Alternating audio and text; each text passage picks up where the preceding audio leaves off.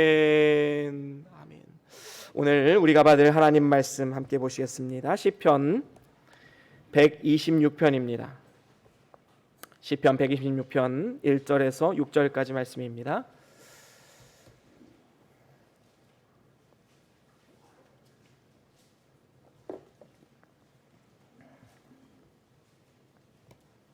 시편 126편 1절에서 6절까지 말씀, 저와 여러분들이 한 절씩 교독하고 마지막 절은 다 같이 읽겠습니다. 제가 먼저 읽겠습니다. 여호와께서 시온의 포로를 돌리실 때에 우리가 꿈꾸는 것 같았도다.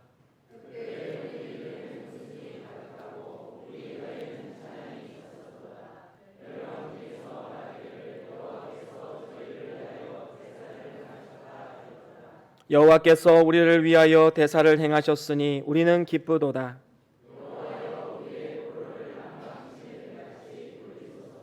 눈물을 흘리며 씨를 뿌리는 자는 기쁨으로 거두리로다. 울며 씨를 뿌리러 나가는 자는 정녕 기쁨으로 그 단을 가지고 돌아오리로다. 아멘. 아멘. 우리 다 같이 하나님 말씀 들고 함께 선포하시겠습니다. 시작. 주의 말씀은 내 발의 등이요 내 길의 빛이 되십니다. 주여 말씀하옵소서. 주의 종이 듣겠나이다. 아멘. 아멘. 오늘은 시편 126편 1절에서 6절 말씀으로 해방의 기쁨이란 제목으로 말씀을 나누길 원합니다. 1945년 8월 15일 우리나라에 아주 귀중한 사건이 있었지요. 우리 민족은 일본의 압제로부터 큰 해방의 기쁨을 맛보았던 때였습니다. 해방 당시에 수많은 사람들이 거리에 나와서 대한독립 만세를 외치면서 기뻐했습니다. 그리고 지난 목요일은 그날로부터 74주년 광복절로 우리는 맞이했지요. 이러한 해방의 기쁨과 감격, 성경에 보면 이스라엘 민족들에게도 동일하게 있었던 것으로 보여집니다. 사실 우리 민족과 이스라엘 민족은 참 닮은 점이 많이 있습니다. 주변의 강대국들에 의해서 많은 억압과 또 고통을 당했었고 또 나라 잃은 슬픔도 당했었습니다. 그리고 이러한 어려움들을 잘 극복하고 독립을 쟁취했고 해방의 기쁨도 누렸습니다. 특별히 이스라엘은 BC 609년에 여호야김 왕 때에 바벨론의 느부갓네살 왕에 의해서 침공을 당했고 그리고 많은 사람들, 다니엘을 비롯한 많은 사람들이 이제 포로길에 오르게 되었습니다. 그리고 결국에 BC 586년에 바벨론에 의해서 완전히 멸망당하게 되지요. 그리고 그 이후에 바벨론을 점령한 이제 바사왕 고레스의 칙령에 의해서 약 70년 만에 이제 유다 포로들이 다시 예루살렘으로 복귀하는 이러한 역사들이 일어나게 된 것입니다. 그래서 오늘 본문 말씀은 이러한 배경을 가지고 있음을 봅니다. 포로들의 해방의 기쁨을 노래하고 있지요.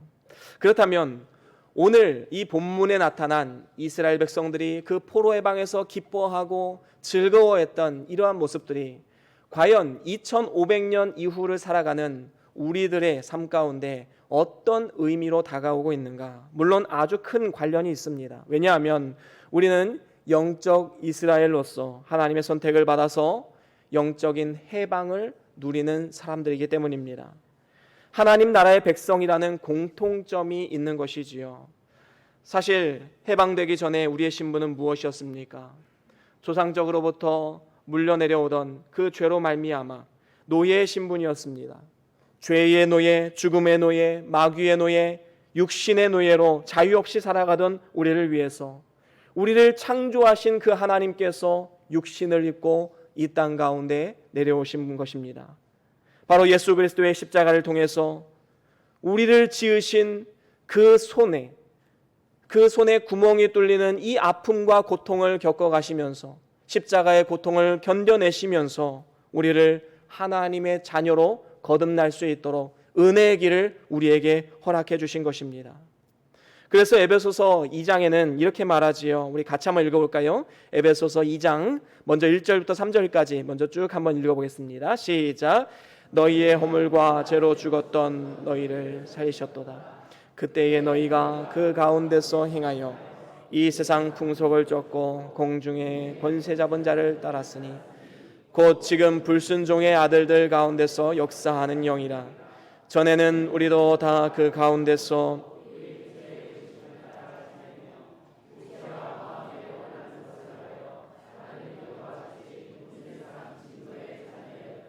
그렇습니다. 여기 보면 우리는 모두가 세상 풍속을 따랐던 자들이고 공중권세 잡은 자, 다시 말하면 사단의 노예가 돼서 살아왔던 사람들이었습니다.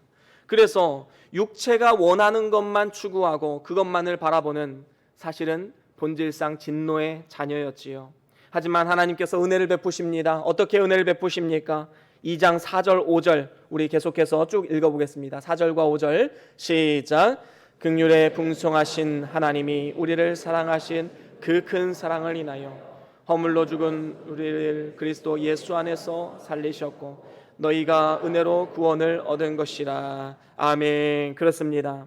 하나님께서는 우리를 하나님의 자녀로 거듭나도록 하나님의 큰 사랑을 우리에게 베풀어 주신 것이지요. 예수님을 통해서 나의 구주와 구세주로 영접함으로써 우리는 창세전에 원래 하나님께서 의도하셨던 하나님의 자녀된 신분을 복권하신 것입니다. 회복시키신 것이지요. 그래서 우리를 이렇게 구원하신 이 사건을 우리는 구속이다라고 말합니다.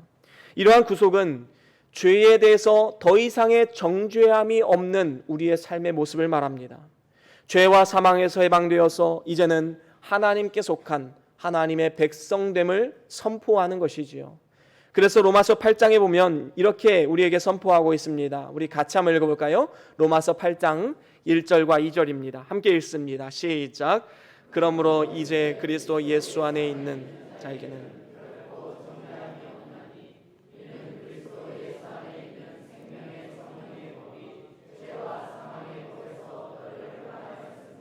그렇습니다. 우리가 예수 안에 거하는 이상 우리에게는 더 이상의 정죄함은 없다라고 말씀합니다. 그러면서 예수 안에 있는 생명의 성령의 법이 죄와 사망의 법에서 너희를 해방시키셨다. 다시 말하면 자유롭게 너희들을 놓아주었다라고 말씀하고 있는 것입니다. 그렇다면 이렇게 그리스도로 말미암아 영적인 해방의 기쁨과 감격을 맛본 우리들은 이제 이 세상 가운데 어떻게 살아가야 할까요? 오늘 저는 여러분들과 오늘 말씀을 통해서 세 가지로 함께 말씀을 나눠보길 원합니다.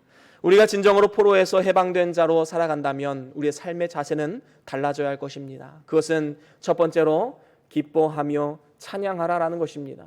너무나도 당연한 것이지요. 하나님께서 우리에게 베푸신 은혜를 기억하면 우리는 감사하지 않을 수 없고 찬양하고 기뻐하지 않을 수 없는 것입니다. 이스라엘 백성들은 바벨론 포로 생활을 하는 동안에 육체적으로는 강제 노역에 시달렸습니다. 영적으로는 예루살렘 성전이 무너진 것과 황폐화된 고국의 형편을 들으면서 너무나도 힘든 나날을 보냈습니다. 그래서 또 다른 시편에서 이렇게 말씀하지요. 우리 같이 한번 읽어보겠습니다. 시편 137편 1절에서 3절입니다. 우리 먼저 1절 한번 읽어볼까요? 시작. 우리가 바벨론의 여러 강변 거기 앉아서 시온을 기억하며 울었도다. 그렇습니다. 바벨론 포로로 끌려가서 저녁이 되면 이제 강변으로 나아갑니다. 그리고 시온, 다시 말하면 예루살렘을 기억하면서 그때 하나님과 교제하고 하나님과 함께했던 그 추억들을 떠올리면서 눈물을 흘리지요. 그때 어떠한 상태였습니까? 2절 함께 읽겠습니다. 시작. 그렇습니다. 버드나무에 우리가 우리의 수금을 걸었습니다. 그러면서 3절에 이렇게 말합니다. 함께 읽습니다. 시작. 이는 우리를 사로잡은 자가 거기서 우리에게 노래를 청하며 우리를 황폐케 한 자가 기쁨을 청하고 자기들을 위하여 시온 노래 중 하나를 노래하라 함이로다. 그렇습니다. 참으로 비참한 현실이지요. 시온 노래를 하는데 비참한 현실입니다. 왜 그렇습니까? 사람들이 조롱을 합니다. 한마디로 말하는 것이지요. 사람들이 나와서 강변에 앉아서 시온을 기억하면서 눈물을 흘리고 있으니까 야, 이 어리석은 사람들아, 한번 시온 노래 좀 불러봐라. 한번 너희 노래, 고향 노래 좀 한번 불러봐 라고 하면서 조롱하는 것입니다. 그러면서 그 고향 노래를 부르면서 하나님을 향한 찬양의 노래를 부르면서 눈물을 흘립니다. 참으로 비참한 현실이지요. 이렇게 이스라엘 백성들은 사로잡혀 있는 포로로서 아무런 힘이 없었습니다. 사람들이 조롱하면 그 조롱을 다 받아야만 했습니다. 사람의 생각으로는 해방이라는 것을 꿈도 꿀 수가 없었습니다. 불가능해 보였습니다. 하지만 전능하신 하나님께서 바사왕 고레스를 사용하셔서 이스라엘을 포로에서 해방시키시고 오늘 본문 말씀에 그 해방의 기쁨을 다시 한번 누릴 수 있게 되었던 것입니다. 그래서 오늘 말씀 1절에 보면 이렇게 노래하고 있습니다. 오늘 본문 1절 말씀 우리 같이 한번 더 읽어볼까요? 시작. 여호와께서 시온의 포로를 돌리실 때에 우리가 꿈꾸는 것 같았도다. 아멘. 그렇습니다. 마치 꿈을 꾸는 것과도 같은 기쁨과 감사가 그 마음 가운데 있었던 것입니다. 이러한 해방의 기쁨을 오늘 말씀에 하나님께서 대사를 행하셨다. 다시 말하면 하나님께서 크고 놀라운 일을 행하셨다라고 두 번이나 고백하고 있음을 보게 됩니다. 2절과 3절에 보면 그렇게 나와 있지요. 우리 같이 한 번 더 읽어볼까요? 오늘 본문 2절과 3절입니다. 시작. 그때에 우리 입에는 웃음이 가득하고 우리 혀에는 찬양이 찼었도다. 열방 중에서 말하기를 여호와께서 저희를 위하여 대사를 행하였다 하였도다. 여호와께서 여호와를 위하여 대사를 행하셨으니 우리는 기쁘도다. 아멘. 그렇습니다. 대사를 행했다라고 두 번이나 반복되고 있지요. 크고 놀라운 하나님의 은혜를 노래하며 찬양하고 있음을 우리는 볼 수 있습니다. 그렇습니다. 하나님은 이처럼 좋으신 하나님이십니다. God is good. 이 good이라는 단어의 어원이 무엇입니까? God을, 하나님을 길게 표현을 하면 good, 하나님은 좋으신 분이다. 우리는 그래서 삶 가운데 날마다 이런 고백이 있어야 됩니다. God is good. 하나님은 선하시고 좋으신 분이시다. 그렇습니다. 포로로 끌려가게 하셨던 하나님은 나쁜 하나님이시고 포로에서 해방시켜 주신 하나님은 좋은 하나님입니까? 절대로 그렇지 않습니다. 오늘 말씀에 하나님께서 대사를 행하셨다라고 기뻐하시는 것은 하나님의 큰 그림 속에서 놀라운 하나님의 은혜를 고백하는 것입니다. 우리를 포로로 끌려가게 하신 것도 하나님의 뜻이 있었고 또 그 포로에서 해방시키신 것도 하나님의 뜻과 계획하심 가운데 있었던 것이다. 바로 이러한 고백인 것이지요. 환경이 좋을 때 하나님을 찬양하고 기뻐하는 것은 누구나 할 수 있습니다. 하지만 절망적인 환경과 상황 가운데 찬양하는 것은 아무나 할 수 없는 것입니다. 오직 믿음으로 할 수 있는 것이고 하나님께서 은혜를 주신 자들만 할 수 있는 고백인 것이지요. 오직 믿음으로 살아가는 삶, 그리고 모든 것이 합력하여 선을 이루신다는 하나님의 뜻과 계획하심을 우리가 안다면 우리는 이 땅 가운데 하나님이 하실 크고 놀라운 일들을 찬양하며 날마다 기쁨으로 살아갈 수 있는 것입니다. 그렇습니다. 우리의 찬양과 기쁨은 모든 환경을 초월해서 주시는 하나님의 능력임을 우리는 기억해야 됩니다. 기쁨이란 감정이 아닙니다. 태도의 문제입니다. 우리의 선택의 문제입니다. 슬프고 힘든 일을 어떠한 자세로 내가 수용할 것인가? 여러분 어떤 선택을 하고 계십니까? 여러분 행복이라는 것은 감정이지요. 그래서 내 마음으로 잘 컨트롤이 되지 않습니다. 어떻게 불행한 상황 가운데 어떻게 행복을 느낄 수가 있겠습니까? 하지만 기뻐함은 우리의 선택에 관련된 문제입니다. 아무리 어렵고 힘든 상황 가운데서도 우리는 기뻐하기로 선택할 수 있는 것이지요. 여러분 사도 바울을 한번 생각해 보십시오. 빌립보서를 기록했을 때 이 빌립보서 안에는 하나님을 향한 기쁨, 그리고 만족, 그리스도, 이러한 단어들이 참 많이 나옵니다. 여러분 그 감옥에서 기록한 그 책에 어떻게 기쁨이란 단어가 그렇게 많이 나올 수 있을까요? 상황은 불행합니다. 하지만 사도 바울은 기뻐하기로 선택한 것입니다. 그리고 삶 가운데 진정한 하나님 주시는 기쁨이 차고 넘쳤던 것입니다. 사랑하는 우리 변동교회 성도 여러분, 하나님은 좋으신 하나님이십니다. 합력하여 선을 이루시는 하나님이시고 환난 속에서도 우리에게 새 힘과 능력을 공급해 주시는 분이 우리 하나님이십니다. 결국에는 우리에게 승리를 주시고 해방의 기쁨을 만끽할 수 있도록 대사를 이루시는 하나님의 크고 놀라우신 사랑을 우리는 분명히 알고 믿고 이 세상을 나아가야 되는 것입니다. 그렇기 때문에 이제는 환경을 바라보지 마십시오. 좋으신 하나님의 성품을 바라봅시다. 하나님을 바라봅시다. 그리고 기뻐하기로 선택하십시오. 그래서 저와 여러분들이 모든 환경 속에서도 늘 기뻐하고 즐거워할 수 있는, 세상이 감당치 못하는 넉넉한 믿음, 승리의 기쁨을 맛보는 저와 여러분들의 삶이 될 수 있기를 주의 이름으로 간절히 축원합니다. 그런가 하면 포로에서 해방된 자의 삶의 자세, 두 번째로는 남은 자를 위하여 우리는 기도해야 됩니다. 이스라엘 백성들이 해방의 기쁨을 누리는 것도 잠시, 이제 자유시민으로 예루살렘으로 돌아갈 이제 채비를 하게 됩니다. 그리고 이스라엘 백성들은 3차에 걸쳐서 예루살렘으로 귀환을 하게 되지요. 그러면서 이러한 고백을 하나님 앞에 올리고 있음을 보게 됩니다. 4절 말씀, 오늘 본문 4절 함께 읽습니다. 시작. 여호와여 우리의 포로를. 그렇습니다. 지금 이 말은 무슨 뜻을 가지고 있느냐 하면, 먼저 해방된 이스라엘 백성들이 남아있는 자들, 다시 말하면 바벨론에 여전히 포로로 남겨져 있는 자들을 위해서 지금 기도하고 있음을 우리는 보게 되는 것입니다. 남방이라는 단어는 그 원문에 보면 네겝이라는 단어를 사용했습니다.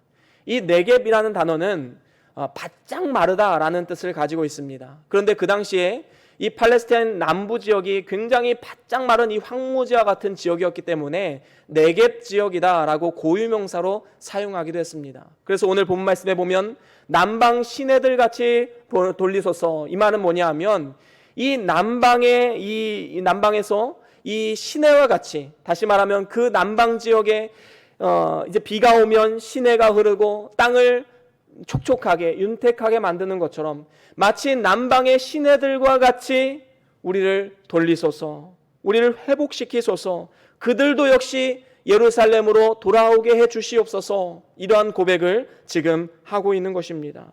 이 포로에 잡혀있는 남은 백성들도 돌아오게 해달라는 기도의 제목인 것이지요. 그렇습니다. 우리가 포로의 해방의 기쁨, 구원의 기쁨, 합력하여 선을 이루시고 최후 승리를 주시는 하나님의 대사를 경험했다면 거기에서 만족하지 말고 이제는 모든 사람이 구원을 받고 진리에 이르도록 우리는 기도해야 마땅한 것입니다. 디모데전서 2장 4절에 보면 이 세상을 향한 하나님의 마음이 잘 담겨져 있지요. 하나님 뭐라고 말씀하십니까? 모든 사람이 구원을 받으며 진리를 아는 데 이르기를 원하노라. 하나님은 할 수만 있으면 많은 사람들 구원하기를 원하시고 그들이 복음을 듣고 진리를 아는 데 이르기를 원하시는 그 하나님의 마음을 우리는 분명히 알아야 됩니다. 아버지의 그 마음을 안다면 자녀된 우리가 그 소원을 이루어드리고 그 일을 위해서 사명감을 가지고 일해야 되지 않겠습니까? 우리는 내 가정, 직장을 뛰어넘어서 민족과 세계 열방을 향해서 하나님의 비전을 품고 복음의 확장에 기여하는 하나님의 일꾼이 되어야 하는 것입니다. 우리 주변을 돌아보십시오. 여전히 남은 자들이 너무나도 많이 있습니다. 아직도 구원받지 못한 사람들이 있는가 하면 교회는 다니되 하나님을 진정으로 경험하지 못하고 습관적으로만 교회에 나오는 많은 사람들이 있지요. 이러한 남은 자들은 어떤 특징을 가지고 있습니까? 그들은 한결같이 육신에 얽매여 있습니다. 육신의 것만을 추구합니다. 이 세상만을 바라봅니다. 그리고 고난받는 것을 죽기보다 싫어합니다. 이스라엘 백성들이 바벨론에서 고생스럽게 일해서 집과 농토를 장만하고 살아갈 생활의 기반도 잡혀 있는데 갑자기 포로 해방이 되어서 너희들 고국으로 돌아가라 라고 말했을 때 왜 우리가 돌아가야 됩니까? 여기가 우리의 삶의 터전이 있는데, 여기에 우리의 농토가 있고 여기에서 우리가 살아가면 편하게 살아갈 수 있는데, 비록 포로이지만 난 여기가 좋아요, 이렇게 생각했던 많은 사람들이 있었던 것이지요. 뿐만 아닙니다. 그들이 돌아가야 할 땅은 어디입니까? 그 고국은 황폐화된 땅입니다. 농사지을 땅도 없고 내 집도 없습니다. 왜 우리가 거기 가서 고난을 받아야 되느냐 반문하는 것이지요. 안정되고 편안한 바벨론에 남기를 원했던 많은 사람들도 있었습니다. 우리나라도 이런 것을 경험하지 않았습니까? 한국전쟁 당시에 북한에서 피난 나올 때 많은 사람들이 오랫동안 살아왔던 삶의 터전을 버리지 못하고 자신이 장만한 농토와 모아놓은 살림살이와 같은 것들에 대한 집착과 미련 때문에 그곳을 떠나지 못하고 남아있던 많은 사람들이 있었습니다. 그들이 나중에 공산주의 정권 아래에서 비참한 삶을 살게 되었지만 아무리 후회해도 이미 떠나간 배이지요. 기회는 지나가고 만 것입니다. 그렇습니다. 우리 주변에도 많은 사람들이 육신에 얽매여서 그리고 고난받기 싫어서 그저 세상이 좋다, 아직은 내가 예수 믿을 때가 아니다, 이렇게 말하는 많은 사람들이 있습니다. 기회는 지나가 버릴 것입니다. 얼마나 안타까운 현실입니까? 그렇기 때문에 우리는 때를 얻든지 못 얻든지 그들에게 복음을 증거하고 살아계신 하나님을 증거해야 되는 것입니다. 분명한 사실은 무엇입니까? 우리는 때로는 복음과 함께 고난도 같이 받아야 된다는 것입니다. 우리가 예수 믿으면 항상 좋은 일만 있을 거란 착각은 버리십시오. 때로는 고난도 있고 어려운 고통도 있습니다. 내 것을 떼어내야만 하는 아픔도 느껴야만 할 것입니다.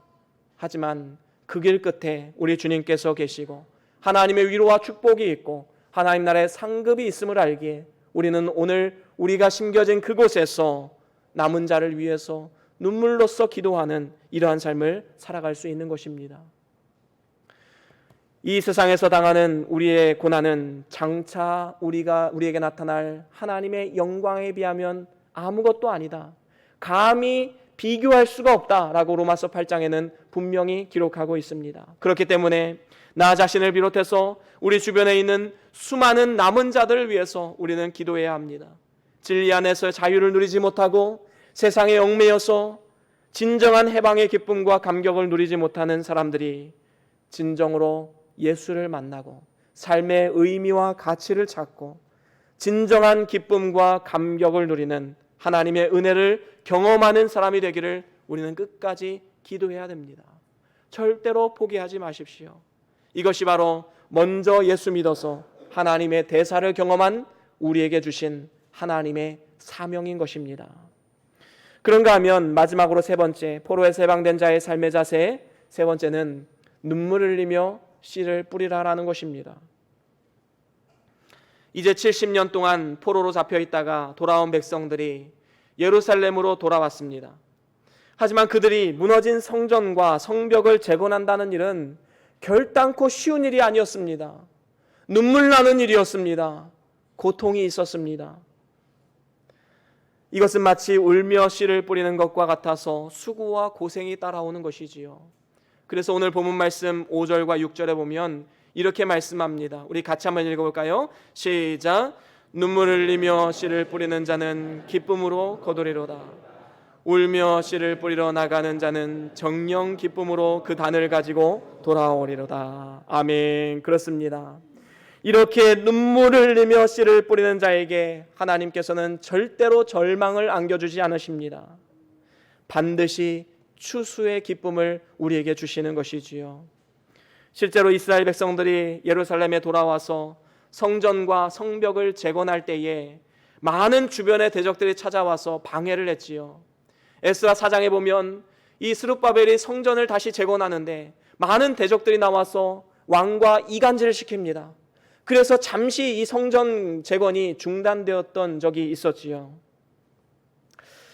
뿐만 아니라 느헤미야가 성벽을 재건할 때에 대적들이 조롱하면서 방해를 합니다. 뭐라고 방해합니까? 느헤미야 4장 2절 3절에 잘 나타나 있습니다. 우리 같이 한번 읽어볼까요? 시작. 자기 형제들과 사마리아 군대 앞에서 말하여 가로되